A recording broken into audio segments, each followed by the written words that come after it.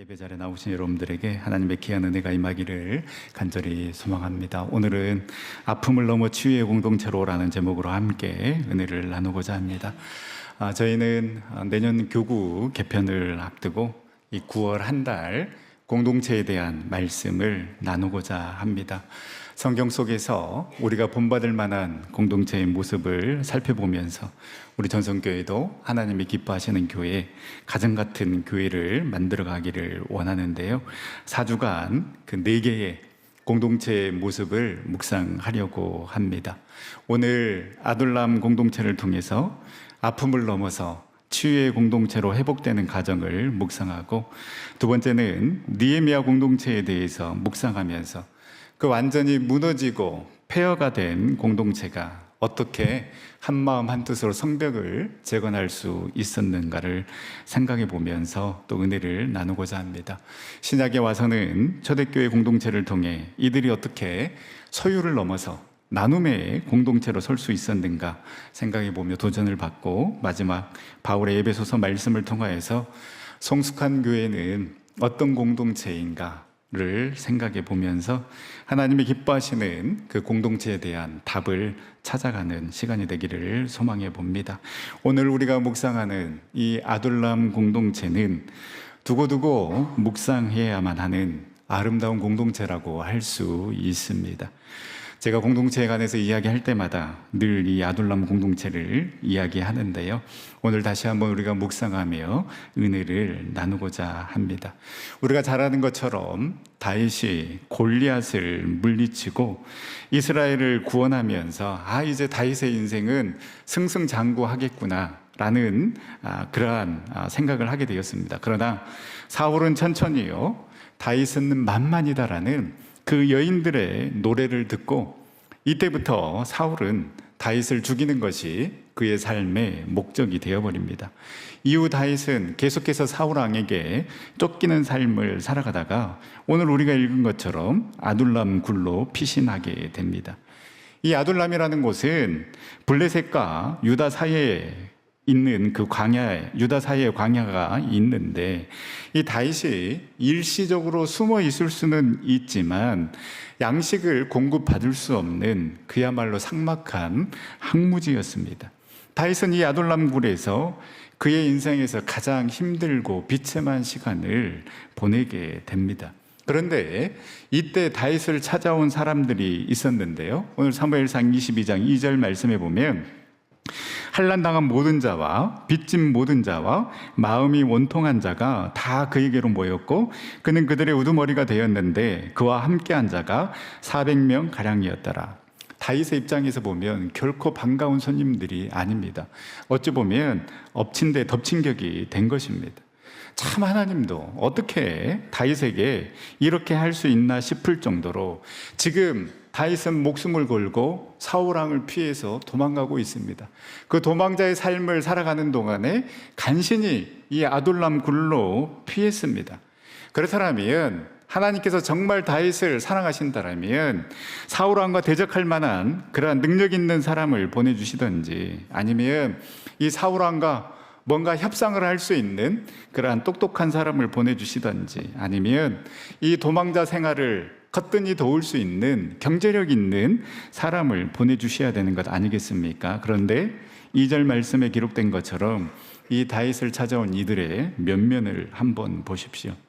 여러분, 그냥 우리가 봐도 한숨이 나오지 않습니까? 최고 권력자에게 쫓기고 있는 다윗은 이들을 보면서 어떠한 생각이 들었겠습니까? 여러분, 지금 나도 쫓기고 있는 신세입니다. 여러분들 알다시피 그 최고 권력자에 의해서 나 지금 도망 다녀야 되는 그런 삶을 살아야 됩니다. 내 상황 다 아시지 않습니까? 당신들과 함께할 여력이 안 됩니다. 돌아가시라고. 저 같으면 그랬을 것 같은데, 그러니까 제가 왕이 되지 못하는 것 아니겠습니까? 그런데 다윗은 이들을 마다하지 않습니다. 2절 중반절에 보면 그는 그들의 우두머리가 되었다라고 기록하고 있습니다. 이들을 받아들인 것입니다. 그리고 이들과 함께 하겠다라고 마음을 먹은 것입니다. 결론부터 말씀드리면 이 400명은 다윗 왕국을 이루는데 초석이 되고 다윗의 친위대 역할을 하게 됩니다. 그리고 실제 다윗 왕국의 훌륭한 참모들이 다윗 아둘람 공동체에서 배출되게 됩니다. 정말 보잘것없고 볼품없고 연약한 자들이 똘똘 뭉쳐서 이스라엘 역사에 남을 만한 그 다윗 왕을 만들어 가게 된 것이고요. 이들은 운명 공동체로서 아름다운 흔적을 남기게 됩니다. 그렇다면 이 아둘람 공동체는 어떤 공동체였을까요? 첫 번째, 이 아둘람 공동체는 섭리 공동체였습니다. 우연은 없다라는 것입니다. 모든 것은 하나님의 섭리 안에 이루어졌음을 믿었기 때문에 이 아름다운 공동체를 만들어갈 수 있었던 것입니다. 그래서 이런 노래도 있지 않습니까? 제가 참 좋아하는 노래인데요. 우리 만남은 우연이 아니야. 그것은 우리의 바람이었어. 실제 이 노래를 부른 노사연 씨는 지금 온누리교회 권사님이신데요. 이 노래를 만난 것도, 그리고 남편인 이무송 집사를 만난 것도, 그리고 가장 중요한 만남인 하나님을 만난 것도 우연이 아니라 하나님의 섭리였다라고 고백하는데요. 여러분, 교회가 어떤 곳입니까? 교회를 헬라어로 에클레시아라고 하는데요. 에클레시아의 뜻은 부르심을 받은 자들의 모임입니다. 그러면 누가 부르셨습니까? 세상 가운데 있는 우리들을 하나님이 부르셔서 이 전성교회에 저와 여러분들을 있게 하신 것입니다. 그렇기 때문에 여러분, 우리가 이곳에 있는 것 자체가 하나님의 섭리와 계획하심 가운데 우리가 함께 모여서 예배드리고 있음을 우리는 믿어야 하는 것입니다. 이 믿음과 확신이 있다면 하나 될 수 있고 품을 수 있을 뿐만 아니라 정죄나 비판이 아닌 매일매일 설레는 그러한 설레임으로 함께 할 수 있는 것입니다. 세상에 하나님께서 당신을 이곳에 보내셔서 내가 당신과 함께 교사를 하네? 세상에 하나님께서 당신을 보내셔서 내가 당신과 함께 찬양대를 하네? 함께 신앙생활을 하네? 오늘도 당신을 통해 그 이루실 일을 기대합니다라고 우리는 매일매일 이렇게 나눌 수 있어야 합니다. 하나님의 섭리에 의해 우리가 지금 이곳에 있다라면 우리는 만날 때마다 이런 마음으로 함께 해야 합니다. 그리고 이러한 만남을 주신 하나님께 감사하며 감탄해야 하는 것입니다. 우리가 만날 때마다, 함께 사역할 때마다 이러한 마음으로 함께 주님의 몸된 교회를, 공동체를 세워가는 저와 여러분들 될 수 있기를 간절히 소망합니다. 우리 한번 화면을 보시고 우리 다 같이 한번 읽어보도록 하겠습니다. 하나님께서 나와 당신을 부르셨습니다. 우리는 하나님의 섭리와 계획 속에 함께하고 있습니다. 당신과 함께 이루실 일을 기대합니다. 아멘. 단어 하나가 빠졌습니다. 세상에 하나님께서 나와 당신을 부르셨습니다. 세상에 하나님의 계획과 섭리 가운데 저와 여러분이 함께하고 있습니다. 세상에 하나님께서 당신을 통해 이루실 일을 기대합니다. 시간 되는 대로 이제 어떻게 교구가 개편이 되는지에 대해서 말씀드릴 텐데요. 여러분 기대했으면 좋겠습니다. 설레임을 가지고 나아갔으면 좋겠습니다.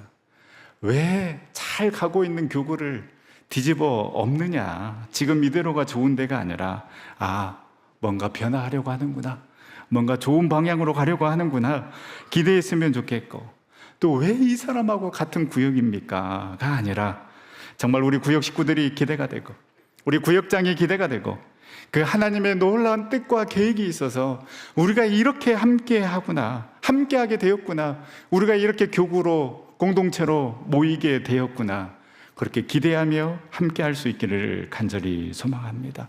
다윗도요, 이러한 마음으로 다윗을 찾는 자들을 받아들였습니다. 실제 다윗에게 필요한 사람은 말씀드린 것처럼 사울왕과 싸워서 이길 수 있는 사람, 능력 있는 사람, 경제적으로 뒷받침해 줄 수 있는 사람이 필요했을 수도 있지만 다윗은 사람을 가려받지 않았습니다. 뭔가 기준을 내세워서 거기에서 판단해서 반절은 내보내고 반절은 받아들이고 이렇게 분별하지 않았다라는 것입니다. 다윗은 하나님의 섭리, 믿음으로 이들을 받아들인 것입니다. 어떻게 알 수 있습니까? 이때 쓴 시로 추정된 시편이 바로 시편 57편 말씀입니다. 어쩌면 가장 힘들었을 때, 정말로 왜 하나님, 지금 나도 너무나도 힘든데 왜 이런 사람들을 나에게 보내셨습니까? 라고 그렇게 힘든 상황 가운데 있었지만 시편 57편에 보면 다윗이 사울을 피하여 굴에 있던 때라는 표제가 적혀 있습니다. 그리고 다윗은 시편 57편 7절에 이렇게 고백합니다. 우리 다 같이 한번 읽어보도록 하겠습니다. 하나님이여, 내 마음이 확정되었고 내 마음이 확정되었사오니 내가 노래하고 내가 찬송하리이다. 아멘. 개인적으로 보면, 다윗 개인 입장으로 보면 받아들여서는 안 됩니다. 사람이 많으면 많을수록 어떻습니까? 발각되기가 쉽습니다. 그러면 정말로 다윗을 죽이고자 하는 그 사울 왕에게 발각되어서 완전히 전멸할 수 있습니다. 이들과 멀리하는 것, 이들을 받아들이지 않는 것이 다윗의 살 길처럼 보입니다. 그런데 다윗은 고백합니다. 하나님이여, 내 마음이 확정되었고 내 마음이 확정되었사오니 내가 노래하고 내가 찬송하리이다. 이 사람들, 하나님이 보내신 사람들로 나는 믿습니다. 그리고 이 사람들을 만난 것, 하나님의 계획과 섭리 가운데 있음을 나는 믿고 내 마음을 확정하여서 하나님을 찬양합니다. 하나님을 노래합니다. 라고 고백하고 있는 것입니다. 다윗 개인적으로 봐도 여러분, 이 아둘람 공동체는 꼭 필요한 공동체였습니다. 하나님께서는 이 아둘람 공동체를 통하여서 한 나라의 왕으로 섰을 때 어떻게 해야 할지를 미리 훈련시키셨고, 왕으로서 리더로서의 자질을 갖추도록 미리 준비시키셨습니다. 여러분, 참 힘든 삶을 살아가고 있지만 우리가 경험하고 있는 그 모든 삶의 퍼즐 또한 우리 삶에 있어서, 그리고 그 하나님의 계획하심에 있어서 반드시 필요한 인생의 퍼즐이 될 줄 믿습니다.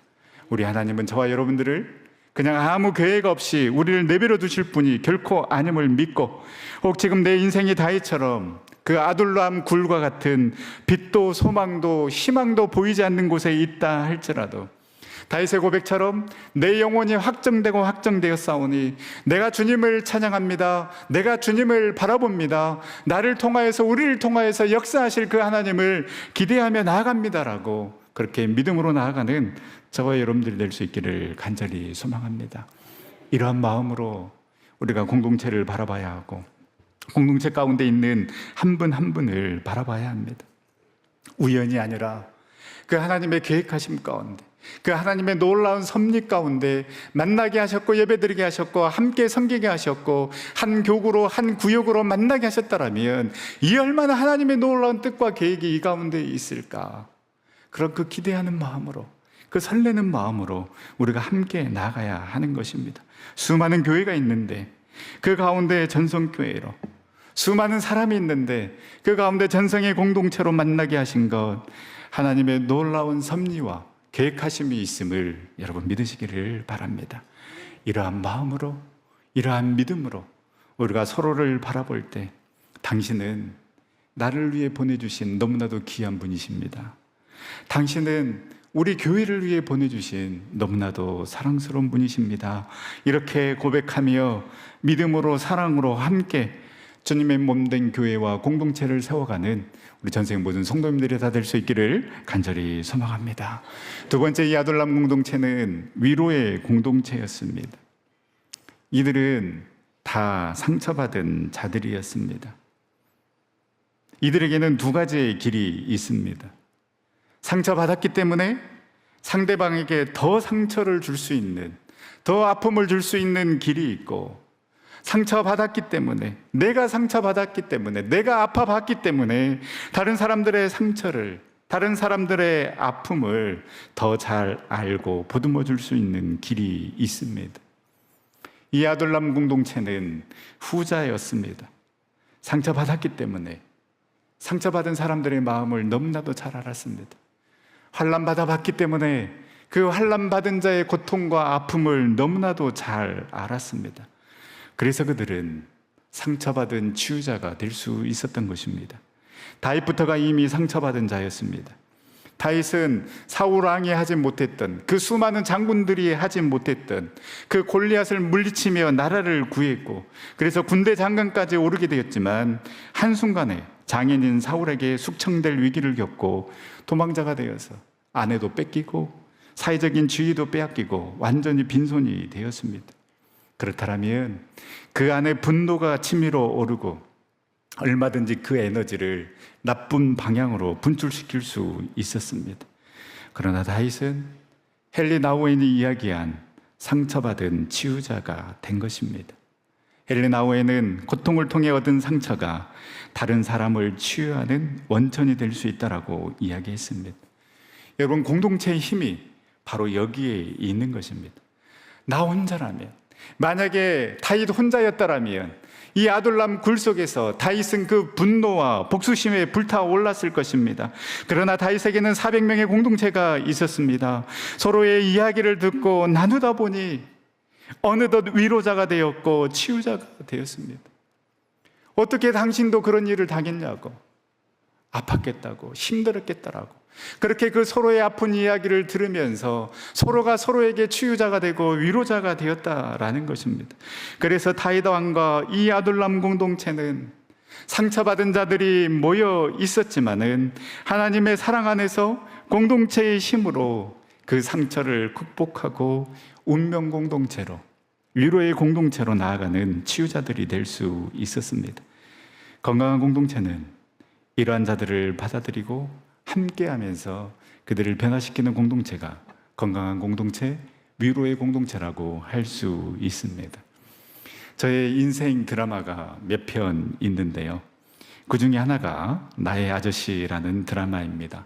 제가 이렇게 드라마나 영화 이야기를 하면 우리 목사님 성경 연구는 안 하고 매일 드라마나 영화만 보는가?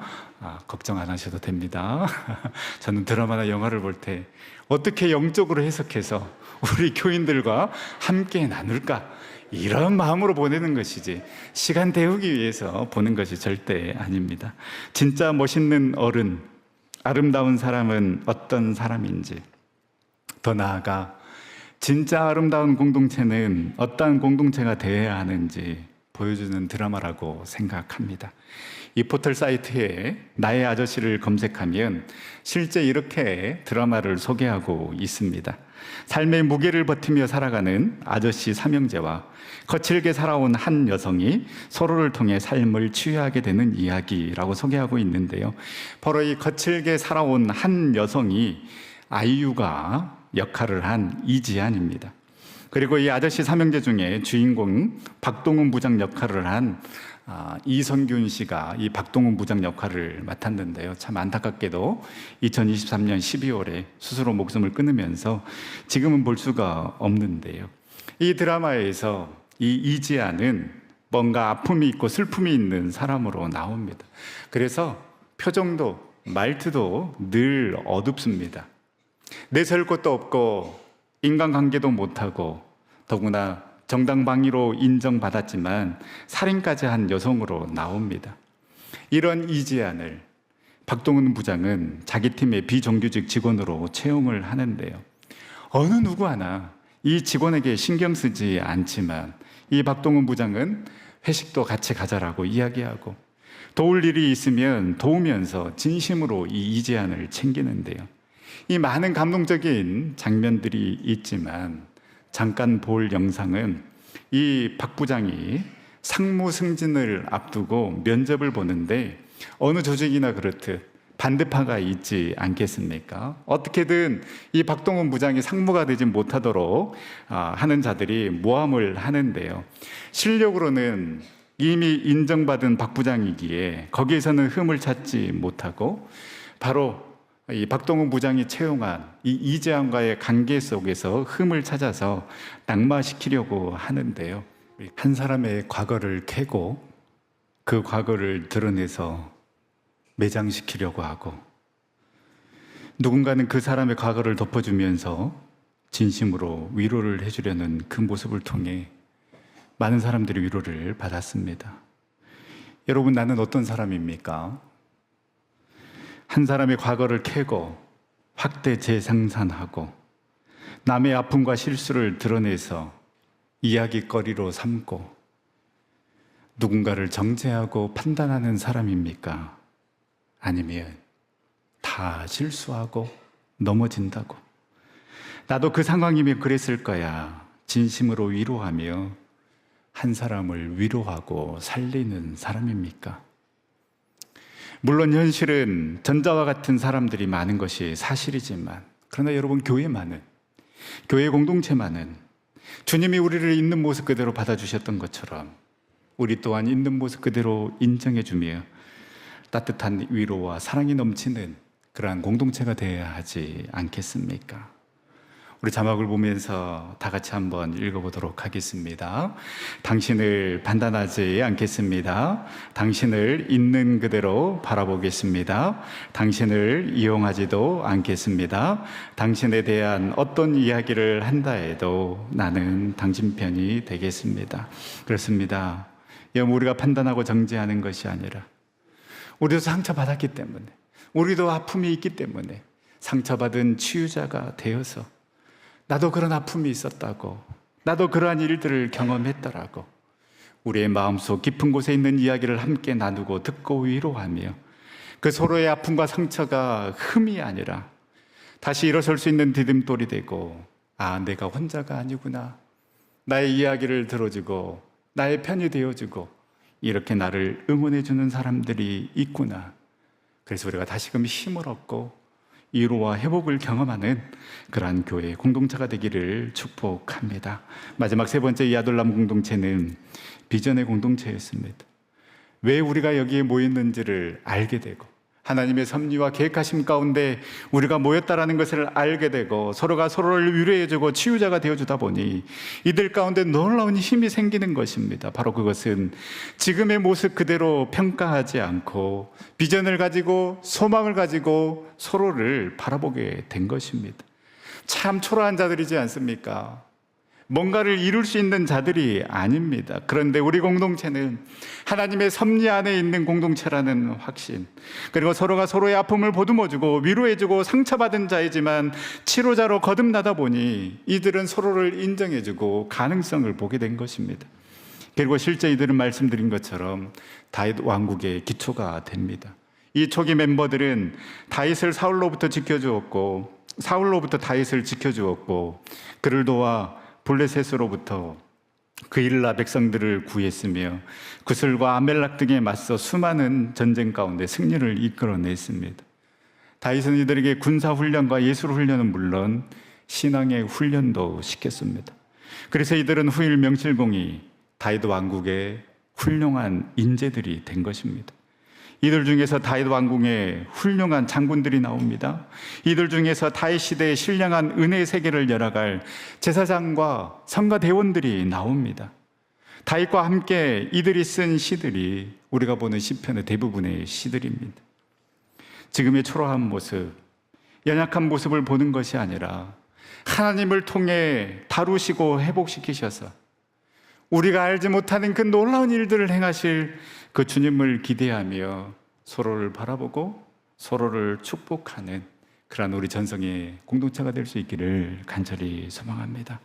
사랑하는 전성교회 성도 여러분, 우리 전성의 공동체가 이 아둘람 공동체처럼 하나님의 섭리 가운데 있음을 믿고 나아가 지혜의 공동체, 위로의 공동체가 되어서 한 마음 한 뜻으로 우리 주님께서 우리를 통하여서 이루실 그 놀라운 비전들을 기대하며 나아가는 그러한 비전 공동체가 될 수 있기를 간절히 소망합니다.